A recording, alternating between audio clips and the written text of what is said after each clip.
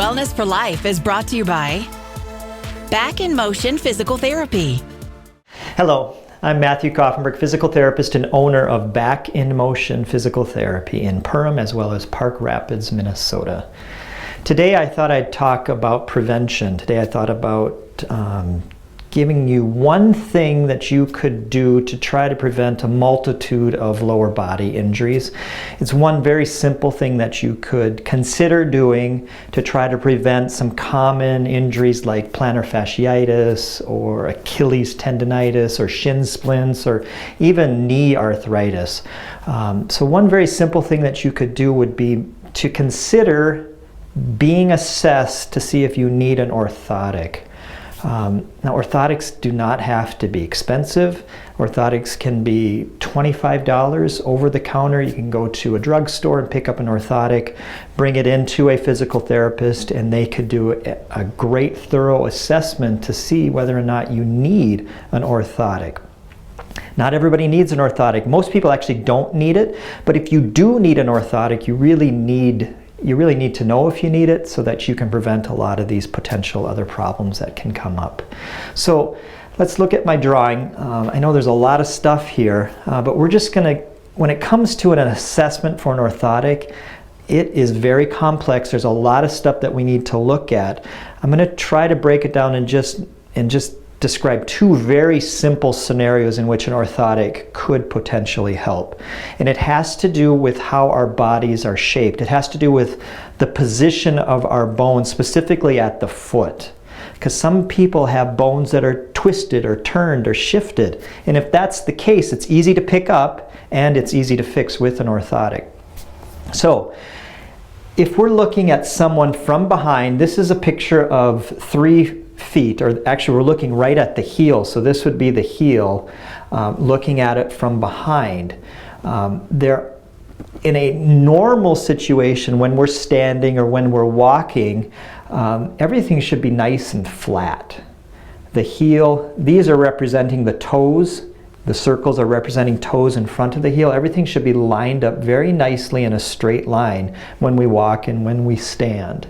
That's a normal situation. Now, in an abnormal situation, what can happen is the forefoot can be twisted upwards. So here we're looking actually at a left foot. So this would be the big toe, this would be the pinky toe, and then we're looking at the heel.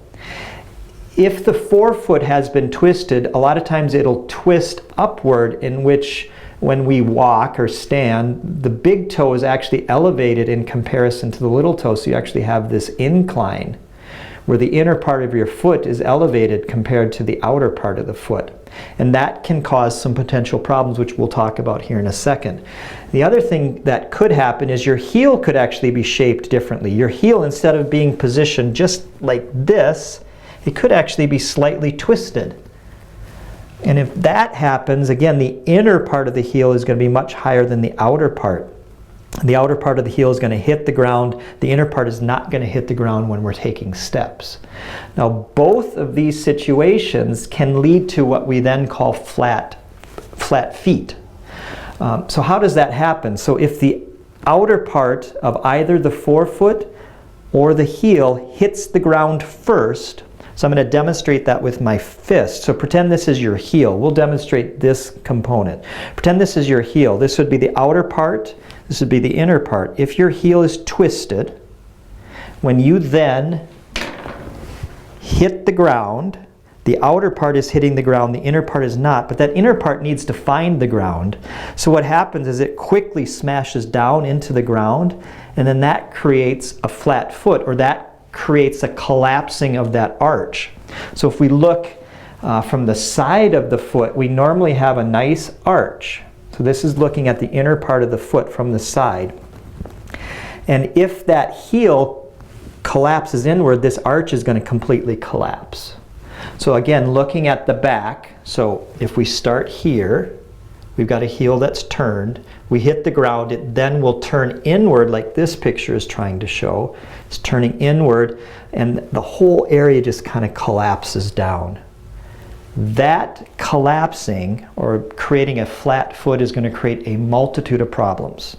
And I'm just going to talk about a couple of them. One thing it can create is a plantar fasciitis. So if that foot collapses inward, the plantar fascia is going to get stretched with every single step you take. So here's the fascia. The fascia attaches from the heel to the base of the big toe. So you can kind of imagine if this arch collapses downward, this whole fascia is going to get banged, and that whole fascia is really going to get stretched, and eventually it's going to become painful. The other thing that can happen is you can create shin splints. If this foot collapses downward, you can end up with pain along the shin. So the shin splint is typically this muscle that starts way up high in the lower part of the leg, and it comes down and it attaches to the foot. That's basically what I'm showing here. This is the muscle that is going to be affected by a shin splint. It attaches up high on the shin, and it comes down and attaches on the inner part of that arch. This one's fairly easy to visualize. If that arch collapses, this whole muscle is going to get really pulled and stretched. I can actually demonstrate that with a rubber band. So just imagine the rubber band is that particular muscle that we're talking about. And it really does attach right on the inner part of that arch. And if my arch collapses, you can see how that rubber band is going to get stretched. So with every moment my foot collapses, that particular muscle that creates a shin splint is going to get really, really irritated, and you're going to have significant problems. The other thing that I don't think people really think about is the knee. You know, if that arch collapses because of one of these scenarios, that foot turns in, it actually causes that shin bone actually to rotate. It then also causes the femur to rotate inward. So you end up with this really miserable portion of the knee. And you can end up, over time, you can end up with knee OA, or knee osteoarthritis, or arthritis within the knee. So why can that occur? So if you have this position of the shin on the femur, so here's the femur, here's the shin.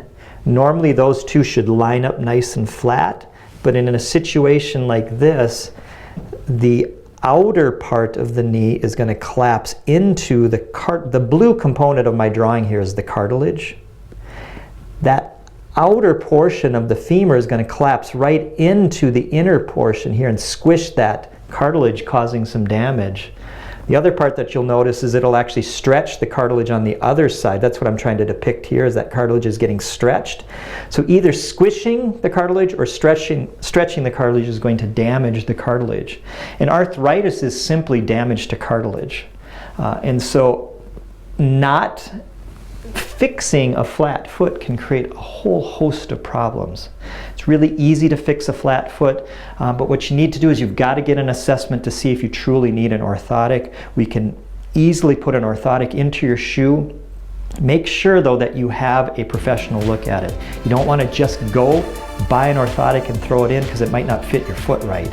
So you want to make sure you come in and bring it in, and we can take a look at it and adjust it as necessary. Thanks so much for listening. Give me a call if you have any questions, 218-346-2464. Thank you for watching Wellness for Life.